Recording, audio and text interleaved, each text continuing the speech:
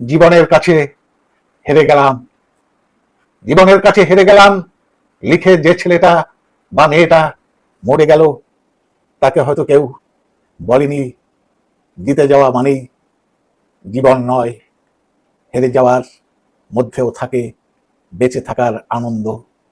Del Carnegie, Shiva খেলারা বারবার একটা কথাই বলেছেন, তুমিও জিতবে, শক্ত হও, উঠে দাঁড়াও, উঠে দাঁড়াও, দৌড়াও, জিততে তোমাকে হবেই।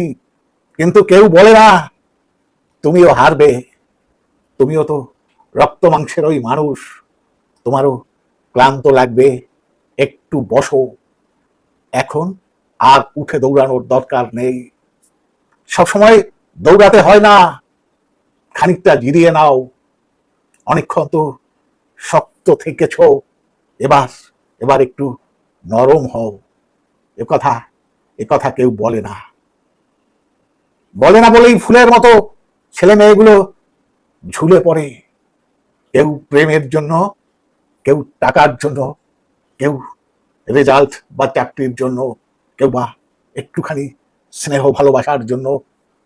তাই তো কবি কবি এক বুক কষ্ট নিয়ে লিখেছেন, আমি সম্ভবত খুব ছোট্ট কিছুর জন্যে মারা যাব, খুব ছোট্ট একটি স্বপ্নের জন্যে, খুব ছোট্ট দুঃখের জন্যে আমি হয়তো মরে যাব কারো ঘুমের ভেতরে, একটি ছোট দীর্ঘশ্বাসের জন্যে, এক ফোঁটা সৌন্দর্যের জন্যে। আমাদের চারপাশের প্রতিটা মানুষের ছোট হলেও একটা স্বপ্ন থাকে, তারা একটুখানি সহানুভূতি পেতে চায়, এক চিলতে রোদ্দুর চায়, এক ফোঁটা ভালোবাসা বুকে নিয়ে বেঁচে থাকতে চায়। মা, বাবা, শিক্ষক, অভিভাবক, বন্ধু, সমাজ, আপনাদের সবার কাছে অনুরোধ, জিতে যাওয়ার মোটিভেশন দেন, তাতে সমস্যা নাই। কিন্তু হেরে যাওয়াদের কথাও একটু বলুন, হেরে যাওয়াদের কথাও একটু বলুন। পৃথিবীতে সবাই জিততে আসে নাই, সবার জেতার দরকার নাই, কিন্তু প্রত্যেকেই বাঁচতে চায়। পৃথিবীর আলো, বাতাস, জল বা জ্যোৎস্না সবার সমান অধিকার আছে। জিতে যাওয়া মানুষটার যেমন হাসার অধিকার আছে, তেমনি হেরে যাওয়া লোকটারও অধিকার আছে মন খুলে কাদার।